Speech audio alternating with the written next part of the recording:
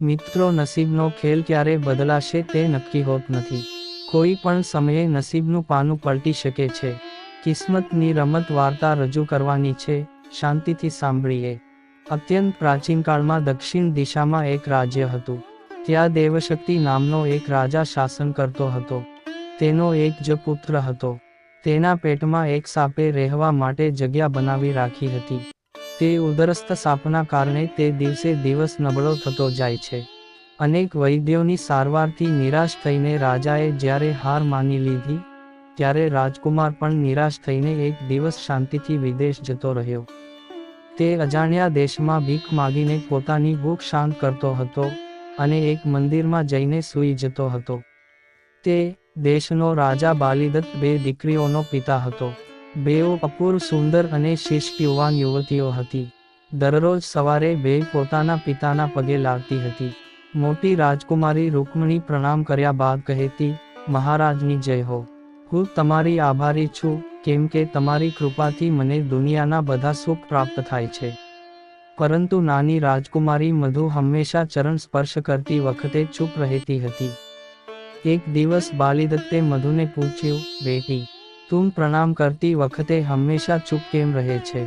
પિતાજી, મધુનીએ આંખો નીચે કરીને શરમાયેલા સ્વભાવમાં કહ્યું, હું એ ઈશ્વરને મનમાં આભાર માનું છું, જેના દયાથી તમે રાજા છો અને હું રાજકુમારી, નહીં તો આ દુનિયામાં અમે પણ ક્યાંક મજૂરી કરી રહ્યા હોત. આ સાંભળી બાલીદત્ત ક્રોધિત થઈ બોલ્યો, આ રાજ્ય આપને ઈશ્વરની કૃપાથી નહીં, પરંતુ આપની લાયકાતથી પ્રાપ્ત કર્યું છે.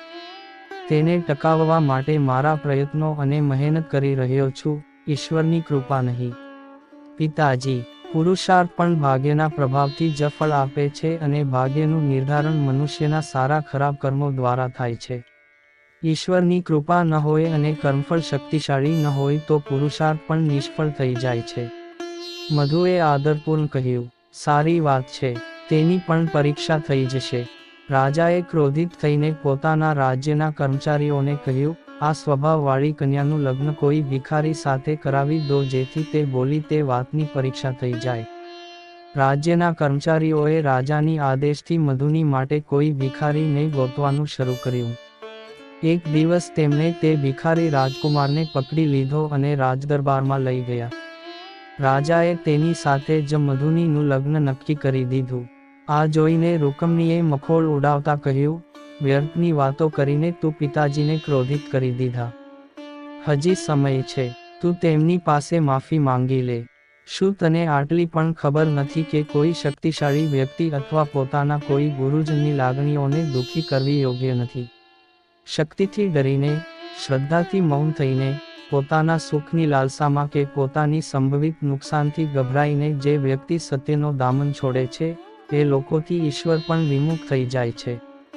ગુરુજનો પ્રત્યે શ્રદ્ધા અને વિનમ્રતાનો આ અર્થ નથી કે તેમની અહંકાર, તેમનો અજ્ઞાન અને તેમનો અવિવેક પણ સ્વીકારવો જોઈએ. મારા ભાગ્યમાં જો ભીખ માગવી જ લખાયેલી છે, તો તેને કોણ રોકી શકે? રૂકમણી અસ્વસ્થ રહી. મધુનીએ જ ભિખારી રાજકુમાર સાથે લગ્ન કર્યા. રાજાએ તેને 2-4 નોકર અને થોડા પૈસા આપ્યા. રાજકુમારી મધુની તેના પતિ સાથે ખુશીથી બીજા રાજ્ય માટે રવાના થઈ. રસ્તામાં એક જળાશય હતું. તેના કિનારે એક વિશાળ અને ફેલાયેલું ઝાડ હતું. રાજકુમારીએ તેના પતિને ત્યાં આરામ કરવાનું કહ્યું અને નોકરોને ભોજન તૈયાર કરવાની સૂચના આપી. આ પછી તે નહાવા ગઈ. મધુની જ્યારે સ્નાન કરીને પાછી આવી, ત્યારે તેણે જોયું કે તેનો પતિ એકાંતમાં સૂતો હતો. સેવક થોડા દૂર ભોજન બનાવી રહ્યા હતા. રાજકુમારના મુખમાંથી એક સાપ ફણ બહાર કાઢીને તાજી હવામાં આનંદ માણી રહ્યો હતો. નજીકના એક બિલમાંથી પણ એક ભયાનક સાપ ફણ બહાર કાઢીને ફરી રહ્યો હતો. બંને ગુસ્સામાં એકબીજાને જોઈ રહ્યા હતા અને તેમની વચ્ચે દલીલ ચાલી રહી હતી. બિલવાળા સાપે કહ્યું, અરે દુષ્ટ, તું આ સુકુમાર સુંદર રાજકુમારનો જીવન નાશ કેમ કરી રહ્યો છે? તું પણ તો તારા ખાડાની અંદરનો વિશાળ ખજાનો બગાડી દીધો છે. તને મેં શું કહ્યું છે? મુખવાળા સાપે કહ્યું, મને તો મહારાજ ભોજને મારા પૂર્વજોએ આપેલું વચન પાળવું છે. આ ખજાનાની રક્ષા કરવી મારું કર્તવ્ય છે. તું શું રક્ષા કરીશ? કોઈ વ્યક્તિ તારા ખાડમાં ફક્ત 2 બોટલ ગરમ ઉકળતું પાણી નાખે તો તું મરી જઈશ અને ખજાનો પણ તેનો થઈ જશે. આ રહસ્ય કોઈ જાણતું નથી, એટલે તું હજી જીવતો છે.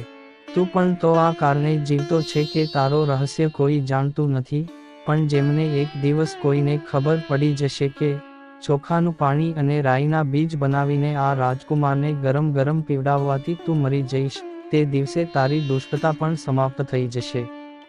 રાજકન્યાએ જ્યારે જાણ્યું કે તેનો પતિ કોઈ દેશનો રાજકુમાર છે, ત્યારે તે આશ્ચર્યચકિત થઈ ગઈ. તેણે એક સેવકને ગામમાંથી જૂના ચોખાનું પાણી અને રાઈના બીજ મંગાવવાનું કહ્યું, પછી તેનો કાઢો બનાવીને રાજકુમારને પીવડાવ્યો. ત્યારબાદ તેણે મોટા વાસણમાં પાણી ઉકાળી અને તે ખાડામાં રેડી દીધું. બંને સાપ તડપતા બહાર નીકળ્યા અને મરી ગયા. રાજકુમારીએ તે સ્થળ ખોદાવ્યું તો ત્યાં એટલું સોનું અને મોતી મળ્યા, જેઓએ 10 રાજ્યોને ભવ્ય બનાવી શકતા હતા. ત્યાં જ રાજકુમારે તે સ્થળને ઓળખીને કહ્યું કે એ તેનો રાજ્ય છે. રાજકુમારીએ એક સેવકને રાજા પાસે મોકલાયો તો તે આનંદપૂર્વક પોતાના પુત્ર અને પુત્રવધૂને સાથે લઈ ગયો. જ્યારે બાલીદત્તને આ જાણ થઈ તો તેણે શરમાઈને પોતાની પુત્રી પાસે માફી માગી. આ વાર્તા માં આપણાને શીખ આપે છે કે કિસ્મત કંઈક મુશ્કેલ લાવે, પરંતુ હિંમત જ સાચી જીત છે. વિડીયોને લાઈક કરીને ચેનલ સબસ્ક્રાઇબ કરીને કમેન્ટ બોક્સમાં જય શ્રી કૃષ્ણ લખવા નમ્ર વિનંતી. મળીએ બીજા વિડીયોમાં.